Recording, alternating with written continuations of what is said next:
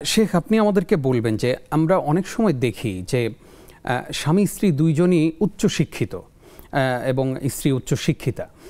এক্ষেত্রেও দাম্পত্য জীবনে এই যে শিক্ষার একটা অহংকার অনেক সময় কাজ করে এবং স্বামী স্ত্রীর মধ্যে পারিবারিকভাবে যদি কেউ একটু অর্থ সম্পদে বড় হয় তাহলে সেখানেও একটা অহংকার কাজ করে।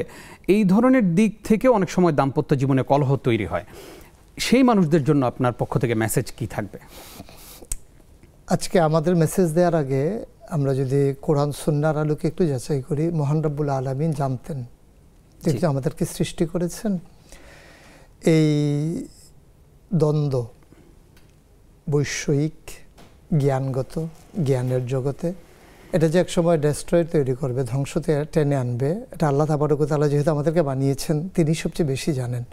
এই জন্য কোরআনুল কারীম আয়াত নাজিল হয়েছে, আর রিজালু কাওয়ামুন আলান নিসা।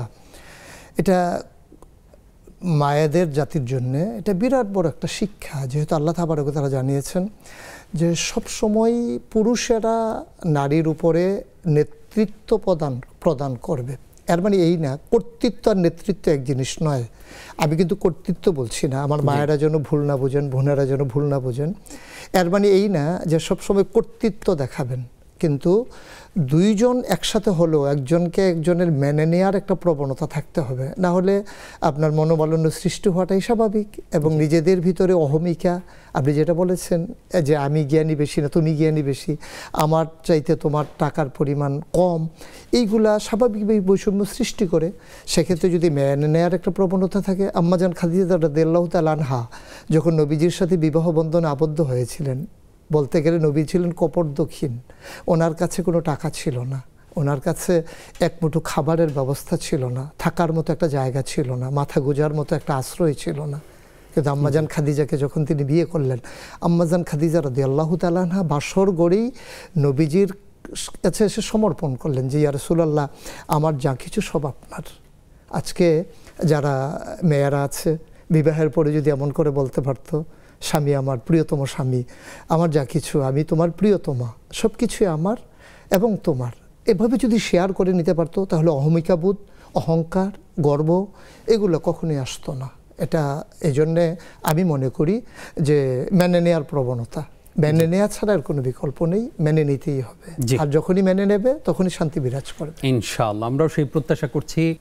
অনেক সময় এমন হয় অনেক পরিবারে যে দেখে শুনেই বিয়ে শাদী করলেন, অর্থাৎ বিয়ের আগে সব কিছু যাচাই বাছাই করেই বিয়ে করলেন, বিয়ের পরে স্ত্রীকে খোঁটা দেওয়া হয় যে তুমি কালো, তুমি বেটে, তোমার এই নাই সেই নাই, এই ধরনের নানান ধরনের তোহমত এবং অপবাদ দেয়া হয়, ছোট করা হয়, খাটো করা হয়। এই বিষয়ে আপনি কি বলবেন? এখানে দুইটা বিষয় বলা যায়। একটা হচ্ছে ছেলে যদি নিজে দেখে যখন পছন্দ করে বিয়ে করে তখন এই কথাগুলার অবতরণ করার কোনো সুযোগ থাকে না। কিন্তু এখনও একেবারে দেখা গেছে অজপার আগে নিবৃত পল্লীতে অনেক সময় মা বাবার উপরে ছেলে ডিপেন্ড করে, অথবা ভাবির উপরে, অথবা বড় বোনের উপরে, তখন এই সমস্যাগুলো বেশি প্রকট হয়ে দেখা দেয়। তো ইসলামের বিধান হচ্ছে যে যিনি বিবাহ করবেন তিনি তার পাত্রীকে, যার সাথে বিবাহ বন্ধনে আবদ্ধ হবেন, দেখে নেবেন। আর দেখে নেওয়ার পরে এই কথাগুলো গ্রহণযোগ্য নয়। এখানে দিন সম্পর্কে ধারণা না থাকার কারণে এবং আল্লাহর ভয়ে জবাবদিহিতা না থাকার কারণেই আমরা পরবর্তীতে এই প্রশ্নগুলো উত্থাপন করতে পারি। যদি ঘটকের মাধ্যমে আমরা যখন বিবাহের বন্ধনে আবদ্ধ হয়, তখন ঘটকগুলো বাংলাদেশে দেখা যায় যে যা না তা বলতে চায়, যা তা আছে তার সাথে কমিয়ে ফেলে। তো এই ক্ষেত্রে তখন একটা প্রতিবন্ধকতা তৈরি হয় এবং এই বিভ্রান্তিগুলো, যে সমস্যাগুলো আপনি বলছেন, এগুলো তৈরি হয়। এই জন্যে আমার পরামর্শ হচ্ছে অবশ্যই আরও দেখে শুনে, আরও যাচাই বাছাই করে বিবাহ বন্ধনে আবদ্ধ হওয়া উচিত। যেহেতু দুদিনের এটা সম্পর্ক নয়, জীবনভর 50 বছর বেঁচে থাকলে 50 বছরই তিনি দাম্পত্য জীবন করবেন। সুতরাং দেখে শুনে বুঝে একেবারে ঠান্ডা মাথায় সিদ্ধান্ত নিলেই আর এই সমস্যাগুলো দেখা দেবে না, এটা হচ্ছে আমার বিশ্বাস। ইনশাআল্লাহ, ইনশাআল্লাহ আমরাও সেই দোয়া করি।